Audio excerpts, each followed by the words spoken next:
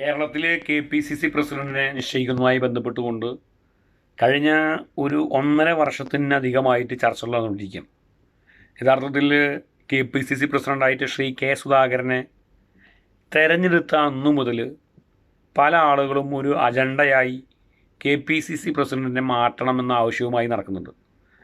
ഇതിൽ വളരെ എനിക്ക് പ്രത്യേകത തോന്നിയൊരു കാര്യം, KPCC പ്രസിഡന്റ് എന്ന നിലയിൽ ഈ അടുത്ത കാലത്ത് ശക്തമായ ഒരു നേതാവ് KPCC പ്രസിഡൻ്റായി വരുന്നത് കെ സുധാകരനിലൂടെയാണ്. അതിനു മുമ്പ് മുല്ലപ്പള്ളി രാമേന്ദ്രനും MM ഹസനുമൊക്കെ ഇങ്ങനെ തള്ളി നീക്കി കൊണ്ടുപോയിരുന്ന ഈ സ്ഥാനം, അതുപോലെ VM സുധീരനൊക്കെ, അവരൊക്കെ നല്ല കരുത്തരായ നേതാക്കന്മാരാണെങ്കിൽ പോലും എല്ലാവരുടെയും പിന്തുണ, അല്ലെങ്കിൽ ഒരു ശക്തരായ ഒരു വിഭാഗം നേതാക്കളുടെ പിന്തുണ നേടിയെടുക്കാൻ ആ KPCC പ്രസിഡന്റ്മാർക്ക് കഴിഞ്ഞിരുന്നില്ല. രമേശ് ചെന്നിത്തലയ്ക്ക് ശേഷം അങ്ങനെ ഒരു KPCC പ്രസിഡന്റ് ഉണ്ടായിട്ടില്ല. എന്നാൽ കെ സുധാകരൻ കുറേ കൂടി കരുത്തനാണ്, ജനകീയനാണ്. കണ്ണൂരിൽ തന്നെ അദ്ദേഹത്തിന് ശക്തമായ, കണ്ണൂർ കോഴിക്കോട് രാഷ്ട്രീയത്തിലൊക്കെ, കാസർഗോഡ് രാഷ്ട്രീയത്തിൽ വളരെ സജീവമായി, മലബാറിൽ ഏറ്റവും ജനപിന്തുണയുള്ള നേതാവാണ്. യുവാക്കൾക്കിടയിൽ വലിയ പിന്തുണയുണ്ട്. അതുപോലെ തന്നെ സീനിയർ മോസ്റ്റ് ലീഡേഴ്സായിട്ടുള്ള ഇപ്പോൾ കെ മുരളീധരനാണെങ്കിലും ശശി തരൂരാണെങ്കിലും ഒക്കെ അദ്ദേഹത്തിന് വലിയ പിന്തുണ ലഭിക്കുന്നുണ്ട്. എന്തിൻ്റെ പേരിലാണെങ്കിലും കെ സുധാകരനെ ശക്തമായി പിന്തുണക്കുന്നുണ്ട് നേതാക്കന്മാരെന്നുള്ളതാണ്.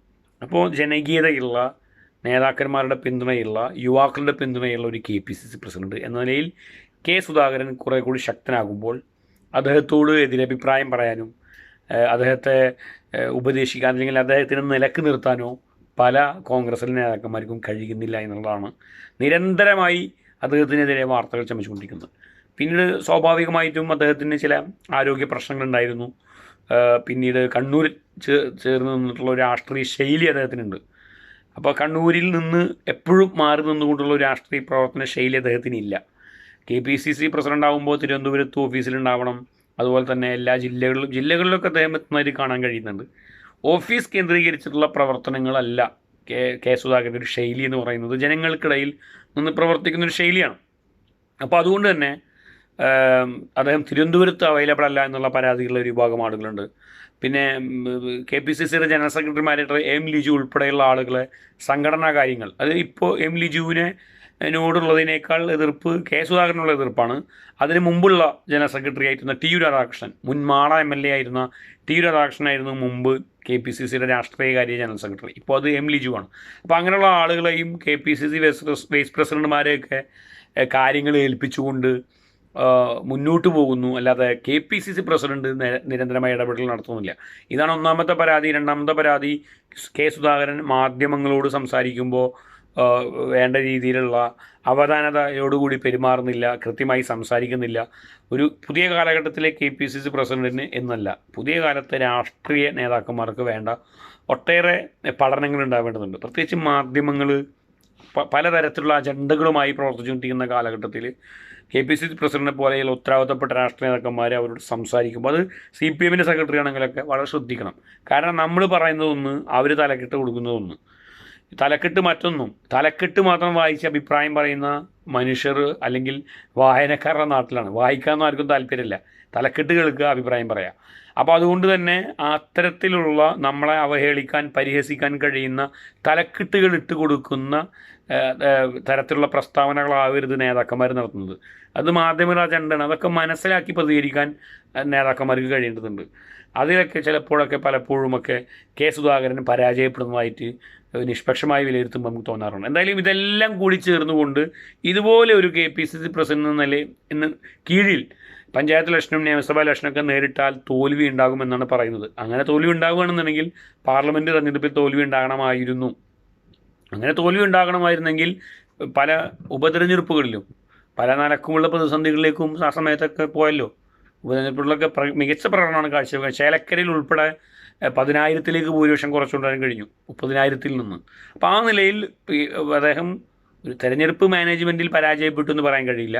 പക്ഷേ ഈ പറഞ്ഞ പല കാരണങ്ങൾ കൊണ്ടും കെ സുധാകരനെ വരുന്ന തെരഞ്ഞെടുപ്പുകളിൽ അദ്ദേഹത്തെ നിർത്തിക്കൊണ്ട് മുന്നോട്ട് പോകാൻ കഴിയില്ല എന്ന് പറയുന്നുണ്ട്. ഇതിൻ്റെ ഒരു കാരണം, അദ്ദേഹത്തെ അങ്ങനെ ആരുടെയും ചെൽപ്പടിയിൽ നിർത്താൻ കഴിയില്ല എന്നുള്ളതാണ്. അദ്ദേഹത്തിൻ്റെ സ്വന്തമായ അഭിപ്രായങ്ങളുണ്ട്. ശക്തനായ നേതാവാണ്. അപ്പോൾ നേർക്ക് നിന്ന് പറയാനോ ചെൽപ്പടി നിർത്താനോ കഴിയാത്ത ഒരാൾ KPCC പ്രസിഡന്റ് ആയിരിക്കുന്നത് പലരുടെയും ഉറക്കം കെടുത്തുന്നു എന്നുള്ളതാണ്. അവരുടെ പലരുടെയും ഉറക്കം കെടുത്തുന്നുണ്ട് എന്നുള്ളത് തന്നെയാണ് കെ മുരളീധരൻ ഉൾപ്പെടെയുള്ള ആളുകളുടെ പിന്തുണ കെ സുധാകരന് ലഭിക്കുന്നതിന് കാരണം. ഏതായാലും AICC ജനറൽ സെക്രട്ടറി ആയിട്ടുള്ള KC വേണുഗോപാൽ ഉൾപ്പെടെ ഈ വിഷയത്തിൽ ഇടപെടുന്നുവെന്നും അദ്ദേഹത്തിൻ്റെ ഇഷ്ടക്കാരനും സ്വന്തക്കാരനുമായിട്ടുള്ള ആൻ്റോ ആൻ്റണിയെ KPCC പ്രസിഡൻ്റാക്കാൻ പോകുന്നുള്ള കിംവദന്തികളെല്ലാം വരുന്നുണ്ട്. എന്നാൽ ആൻ്റോ ആൻ്റണിയെ ആക്കുന്നത് ആരെങ്കിലും ഒരാളുടെ ബിനാമി എന്ന രീതിയിലല്ല, ഒരു ക്രൈസ്തവ വിഭാഗത്തിൽ നിന്നുള്ള ഒരാൾ KPCC പ്രസിഡൻ്റായി വരണം എന്നുള്ള ഒരു സാമുദായിക സന്തുലനം എല്ലാ കാലത്തും പരിഗണിക്കുന്നൊരു പാർട്ടിയാണ് കോൺഗ്രസ്. അപ്പോൾ അതുകൊണ്ട് ആൻ്റോ ആൻ്റണിയെ പോലെയുള്ള ഒരാളെ, അല്ലെങ്കിൽ ക്രൈസ്തവ വിഭാഗത്തിൽ നിന്ന് കുറേ കൂടി ഈ ക്രൈസ്തവ മേഖലാധ്യക്ഷന്മാരായിട്ടൊക്കെ ബന്ധം പുലർത്തുന്ന ഒരാളെ കൊണ്ടുവരിക എന്നുള്ള നിലയിൽ ആൻ്റോ ആൻ്റണിയെ നിയമസഭാ തെരഞ്ഞെടുപ്പിന് മുമ്പ് കൊണ്ടുവന്ന് ആ ഒരു കേഷൻ അത് പിന്നെ ഒരുപക്ഷെ ഈ കനകൂല് ഉൾപ്പെടെയുള്ള ആളുകളുടെ കൂടിയതായിരിക്കും. ഒരു ക്രൈസ്തവ ഇത് പ്രീണനം, അല്ലെങ്കിൽ ക്രൈസ്തവരെ കൂടി ആ വോട്ട് ബാങ്കിനെ കൂടി, അത് ആ വോട്ട് ബാങ്ക് കോൺഗ്രസിൽ നിന്ന് ചോരുന്നു എന്നുള്ള വാർത്തകളുണ്ട്. അപ്പോൾ അതിനെ കൂടി കൊണ്ടുവരാനുള്ള ഒരു തെരഞ്ഞെടുപ്പ് തന്ത്രത്തിൻ്റെ ഭാഗമായിട്ട് ക്രൈസ്തവ വിഭാഗത്തിലുള്ള ഒരാളെ KPCC പ്രസിഡന്റ് ആക്കുക എന്നുള്ളത് അതുകൂടിയായിരിക്കും. അതല്ലാതെ ഒരു പക്ഷേ ICC ജനറൽ സെക്രട്ടറി എന്ന രീതിയിൽ KC വേണുഗോപാലിന് മാത്രമുള്ള ഒരു അജണ്ടയുടെ ഭാഗമായിട്ടാണ് എന്ന് നമുക്ക് തോന്നുന്നില്ല. ഒരുപക്ഷെ അത് അത്തരത്തിൽ ഒരു ക്രൈസ്തവ മുഖം വരണം എന്നുള്ളത് കൊണ്ടുകൂടിയായിരിക്കാം. ഏതായാലും കെ സുധാകരൻ മാറിയാലാണ് ഇതൊക്കെ നടക്കുള്ളൂ. പക്ഷെ മാറാൻ വേണ്ടി പറയുന്ന കാരണങ്ങളാണ് ഇതിനേക്കാളൊക്കെ ഉപരി കെ സുധാകരനെ ഏറെ വിഷമിപ്പിക്കുന്നതെന്നാണ് അദ്ദേഹത്തിൻ്റെ പ്രതികരണം മനസ്സിലാക്കുന്നത്. അദ്ദേഹത്തെ സംസാരിപ്പിച്ച് കൺവിൻസ് ചെയ്യാൻ ശ്രമിക്കുന്നുണ്ടെങ്കിലും അദ്ദേഹത്തിന് അത് ഉൾക്കൊള്ളാൻ കഴിയുന്നില്ല. KPCC പ്രസിഡന്റ് സ്ഥാനം ഒഴിവാകുന്നതിനെക്കുറിച്ച് ചിന്തിക്കാൻ കഴിയുന്നില്ല. ഒരു കമ്മ്യൂണൽ ഇക്വേഷൻ ഉണ്ടാക്കുന്നതിന് വേണ്ടിയിട്ടാണെങ്കിൽ അദ്ദേഹവുമായി സംസാരിച്ചിട്ട് നമുക്കിങ്ങനെ ഒരു ഇക്വേഷൻ ഇവിടെ വരണം എന്ന നിലയിലേക്ക് അത് കൊണ്ടുവരണം. അതല്ലാതെ അദ്ദേഹം പ്രവർത്തിക്കുന്നില്ല, അദ്ദേഹത്തിൻ്റെ കഴിവില്ല, അദ്ദേഹം തിരുവനന്തപുരത്തില്ല, ആരോഗ്യമില്ല, അദ്ദേഹത്തിന് മറ്റു പല കാര്യങ്ങൾ ഏൽപ്പിക്കുന്നു, ഇതെല്ലാം പറഞ്ഞിട്ടല്ല അദ്ദേഹത്തെ പുറത്താക്കേണ്ടത്. മറിച്ച് കനകോലു ടീമിൻ്റെ അല്ലെങ്കിൽ തെരഞ്ഞെടുപ്പ് തന്ത്രത്തിൻ്റെ ഭാഗമായി ഒരു ക്രൈസ്തവ മുഖം കൂടി വരുന്ന തെരഞ്ഞെടുപ്പുകൾക്ക് മുമ്പ് കോൺഗ്രസ്സിൽ ഉണ്ടാവണമെന്ന ആഗ്രഹം ഉണ്ട്.